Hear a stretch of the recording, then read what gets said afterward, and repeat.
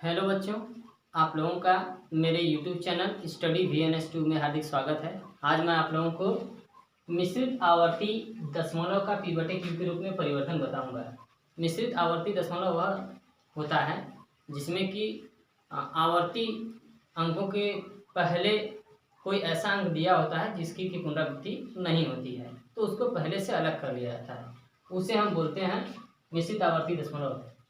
जैसे देखिए 1.272727 इस प्रकार की कोई संख्या दी गई हो तो यह मिश्रित आवर्ती दशमलव होगी। देखिए एक अंक दूसरा है और दूसरे जो हैं वो रिपीट हो रहे हैं। इस प्रकार की संख्याओं को हमको सॉल्व करना है। तो सबसे पहले हमको इसको क्या करना है, को P बटे Q के रूप में बदलना है। इसको हमको P बटे Q के रूप में बदलना है। तो हम सबसे पहले क्या करेंगे, सबसे पहले हम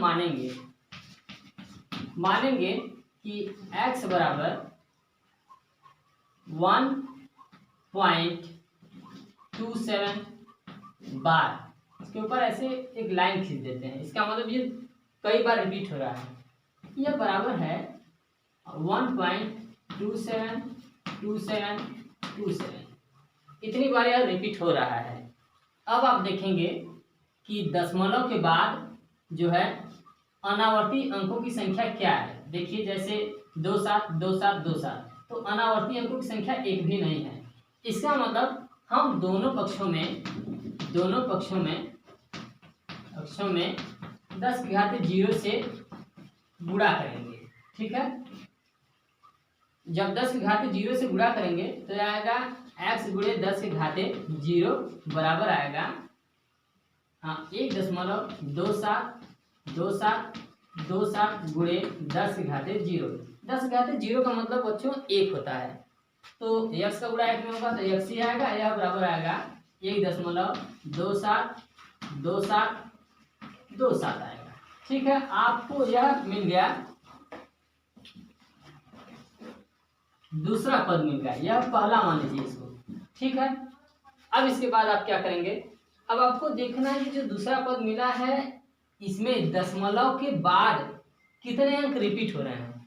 तो आपको पता चल रहा है कि 2 अंक, 272727 2 अंक रिपीट हो रहे हैं। जब 2 अंक रिपीट हो रहे हैं इसका मतलब आपको 2 जीरो वाले से गुणा करना पड़ेगा, 100 से गुणा इसका मतलब। ठीक है, तो आप कहेंगे दूसरे पद में 100 से दोनों पक्षों में गुणा, दोनों पक्षों में गुणा। तो जब आप दोनों पक्षों में 100 से गुणा करेंगे बच्चों इसमें, तो इधर भी 100 से इधर भी 100 से आपने क्यों गुणा किया, क्योंकि आप देख रहे हैं कि दशमलव के बाद 2 अंक खाली रिपीट हो रहा है, तो 2 जीरो वाले से गुणा करेंगे। इसको लिखेंगे 100x और इसे क्या लिखेंगे, इसे लिखेंगे 127.27 यह लिख देंगे आप। यह मिल गया आपको, तीसरा पद मिल गया। ठीक है, जब तीसरा पद आपको मिल गया तो अब तीसरे में से दूसरे को घटा दीजिए। अब कहेंगे 3 में से 2 को घटाने पर घटाइए। तो जब आप घटाएंगे इसको तो 100 में से x घटाएंगे, 100x है, यहाँ 100 बार x है, 100 बार x में से एक बार x घटा देंगे तो 99x आएगा। तो आएगा यह 99x। यह बराबर होगा, जब 127 में से 1 घटाएंगे तो आएगा 126। 126 आ गया, फिर उसके बाद इधर आएगा 00 आ जाएगा। तो अब आप क्या करेंगे, x बराबर 126 बटे 99, ये इतना करेंगे आप।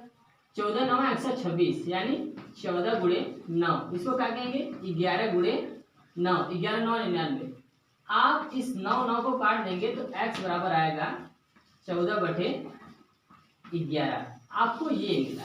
मानिए कि यह जो आपको आवर्ती दशमलव मिला था 1.272727, आपने इसको P बटे Q के रूप में जब बदला, यह क्या आया, इतना Q के रूप में बदल करके क्या होगा 14/11 हो गया। ये आपका आंसर होगा। ठीक है, आपने P/Q के रूप में इसको बदल दिया। तो बच्चों हम दूसरा एक प्रश्न लेते हैं। 2.141414, यह जो मिश्रित आवर्ती दशमलव है इसको P/Q के रूप में आपको लिखना है। तो सबसे पहले आप क्या करेंगे, सबसे पहले आप मान लेंगे, माना x बराबर 2.14, इस तरीके से लिखेंगे क्योंकि ये 1 और 4 रिपीट हो रहा है। क्या बराबर लिख देंगे 2.141414। अब आप क्या करेंगे, क्या यह जो दशमलव है इसके बाद कोई ऐसा अंक है जो रिपीट नहीं हो रहा है? नहीं, ऐसा कोई अंक नहीं। जो 2 अंक दिए गए हैं वो दोनों रिपीट हो रहे हैं। तो आप दोनों तरफ 10⁻0 से गुणा करेंगे, दोनों तरफ 10⁻0 से गुणा। ठीक है, इसको 1 मान लीजिए, 1 में। अब जब गुणा करेंगे तो कहेंगे x गुणे 10⁻0, यह बराबर इसमें भी करेंगे यहाँ पे, तो लिखेंगे 2.141414 गुणे 10⁻0। जानते ही है कि 10⁻0 का मतलब 1 होता है। तो x बराबर यह आएगा 2.141414 आ गया।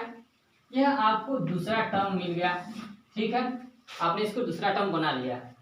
अब आप देखेंगे कि दशमलव के बाद 2 अंकों की पुनरावृत्ति हो रही है, इसका मतलब 2 जीरो वाले से हमको दोनों साइड गुणा करना है। ठीक है ना, तो कहूँगा यह जो दूसरे टर्म में हम 100 से गुणा करेंगे दोनों तरफ, है ना, दोनों तरफ करिए, तो करेंगे 100x। ठीक है, यह बराबर आएगा 2.14, यही चीज, सॉरी 214 आ जाएगा, 2 अंक इधर आ जाएगा, ये हो जाएगा 0.1414, ऐसा आएगा।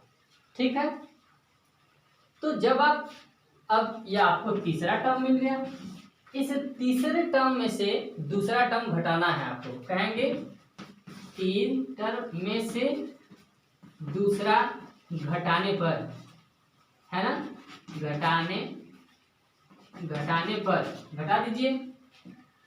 तो जब आप घटाएंगे इसको तो क्या करेंगे, 100x में से यह घटेगा तो आएगा 99x, यह बराबर आएगा 214। यहाँ है ना, 214 में से 2 घटाएंगे तो 212 आएगा, 212 आ जाएगा। 212 के बाद आप 1 4 को घटाएंगे इसमें से तो वह क्या आ जाएगा 0 0। तो इसका मतलब आप 0, इसको छोड़ दीजिए, जो 0 0 आएगा ना यहाँ पे कुछ आएगा उसको छोड़ दीजिए। अब आप कहेंगे x बराबर आएगा 212/99।